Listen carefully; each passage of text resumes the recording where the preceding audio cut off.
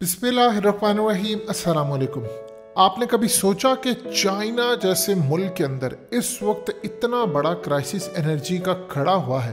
उसने चाइना के अंदर स्ट्रीट लाइट्स बंद कर दी हैं, चाइना के अंदर सिग्नल्स की लाइट बंद कर दी है, इवन के शॉपिंग मॉल्स बंद कर दिए हैं।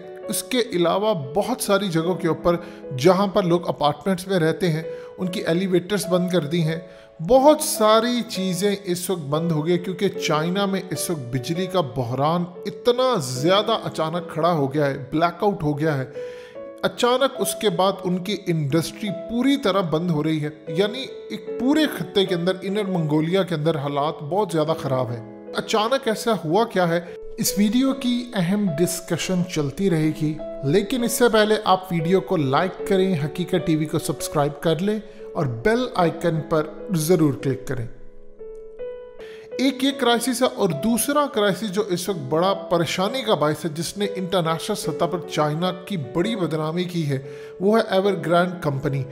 वो 350 बिलियन डॉलर के कर्ज तले दबकर बैंकरप्ट हो गई है, जिसके बाद पूरे चाइना समेत दुनिया भर के अंदर अलार्मिंग सिचुएशन हो गई है कि सूरत हाल क्या है और उसके बाद तबाही उनकी मुंतज़िर होने वाली है। यानी इस तरह की मार्केट, पूरी स्टॉक मार्केट के अंदर हालात ख़राब है, ट्रेडिंग मामला ख़राब है, पूरी इकोनॉमी स्लो डाउन हो गई है। लोग इस वक्त एवरग्रेन नामी कंपनी जिसमें उन्होंने इन्वेस्टमेंट करके रखी थी, वो रो रहे हैं, बुरी तरह चीख रहे हैं। ये क्या हुआ है सब कुछ, इसको आपने समझना है। देखिए, एक तरफ तो चाइना एडवांस हो रहा है, डिलीवरीज जा रही है उनकी रोबोट के ऊपर, रोबोटिक सिस्टम आ चुका है वहाँ पर।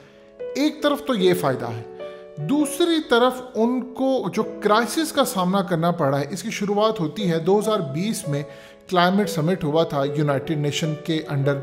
उसमें चाइना ने कहा था कि वो अपनी असल में जो कार्बन डाइऑक्साइड इमिशंस है उसको 65% कम करेगा 2030 तक। यानी जो फिज़ा के अंदर जहरीली गैसेस हैं उसकी प्रोडक्शन की वजह से उसको वो कम करेगा।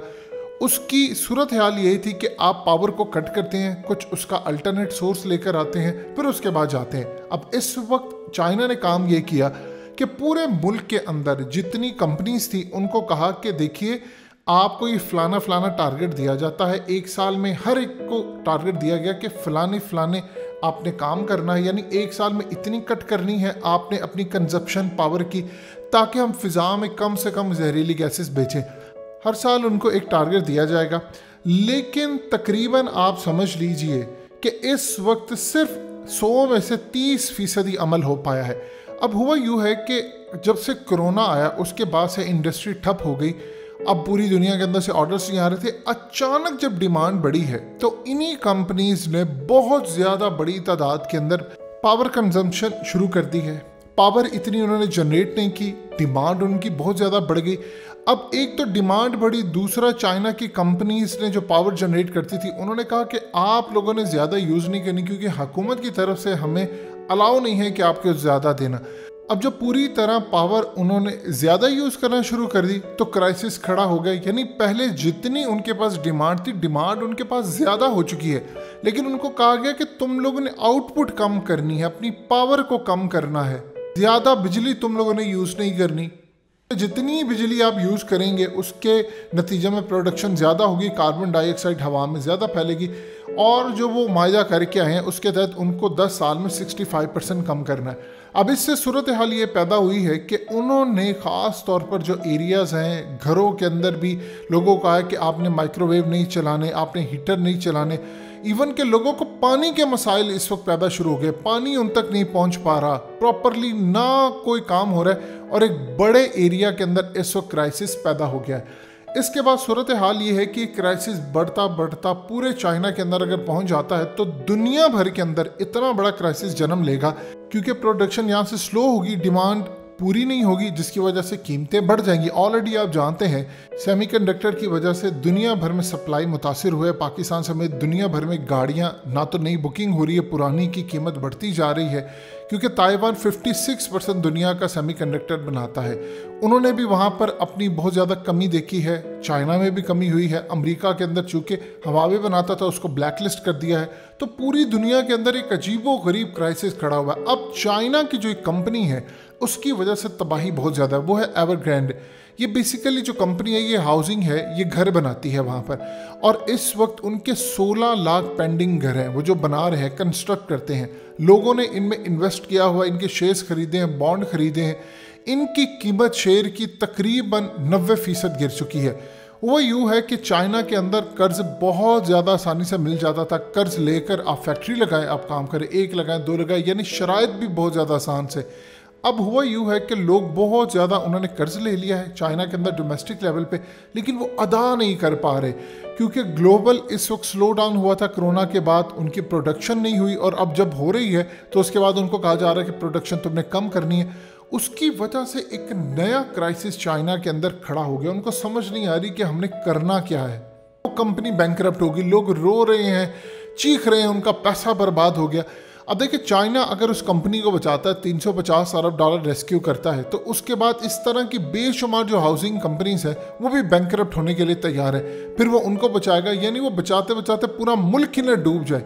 ये इस वक्त पूरी दुनिया के अंदर क्राइसिस जा रहा है, खाली चाइना नहीं, अब ये फैलता फैलता अमेरिका, यूएई, यानी जो 2008 का क्राइसिस है जो दुनिया में आया था, उससे बड़ा क्राइसिस जन्म ले रहा है, और शुरुआत इसकी चाइना से हुई है। आप जानते हैं कोरोना की भी शुरुआत यहाँ से हुई थी, फिर वो पूरी दुनिया के अंदर फैला और तबाही आपके सामने। अब देखिए, जितने आप बड़े होंगे उतनी तबाही आपको फेस करना पड़ेगी। चाइना की इकोनॉमी दुनिया की सबसे बड़ी है, प्रोडक्शन वो करते हैं।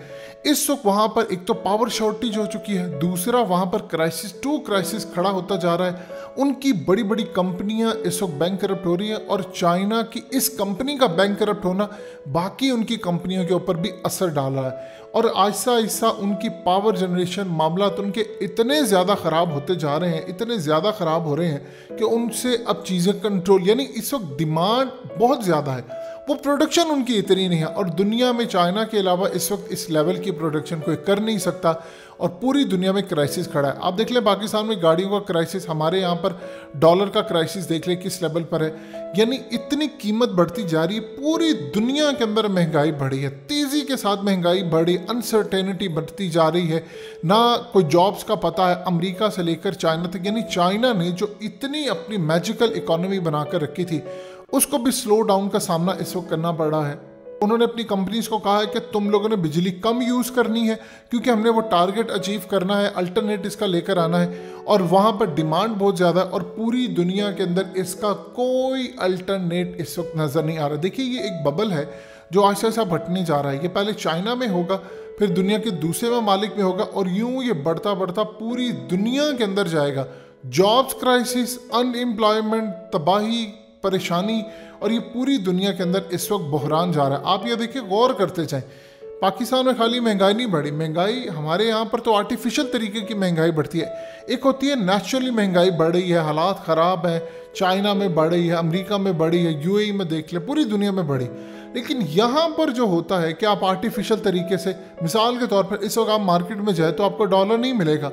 इस वक्त सूरत हाल ओपन मार्केट में 172 का डॉलर है। अगर किसी के पास पड़ा हुआ है तो वो दुकानदार डॉलर बेचना बंद कर देते हैं। वो जब देखते हैं कीमत बढ़ रही होती है, स्टॉप कर देते हैं, ताकि 175 या 170 के बाद ये बढ़ेगा, मज़ीद 180 तक जाए या कहीं भी जाए तो हम जाकर बेचें ताकि हम ज़्यादा पैसे कमाएं। तो ये पाकिस्तान के अंदर जो मोनोपोली है, ये दुनिया भर में कहीं नहीं होती, लेकिन क्राइसिस दुनिया में सारी जगह आ चुका है। हकीकत टीवी को सब्सक्राइब करना मत भूलें, वीडियो को लाइक करें, शेयर करें, और कमेंट सेक्शन में अपनी राय का इजहार ज़रूर करें।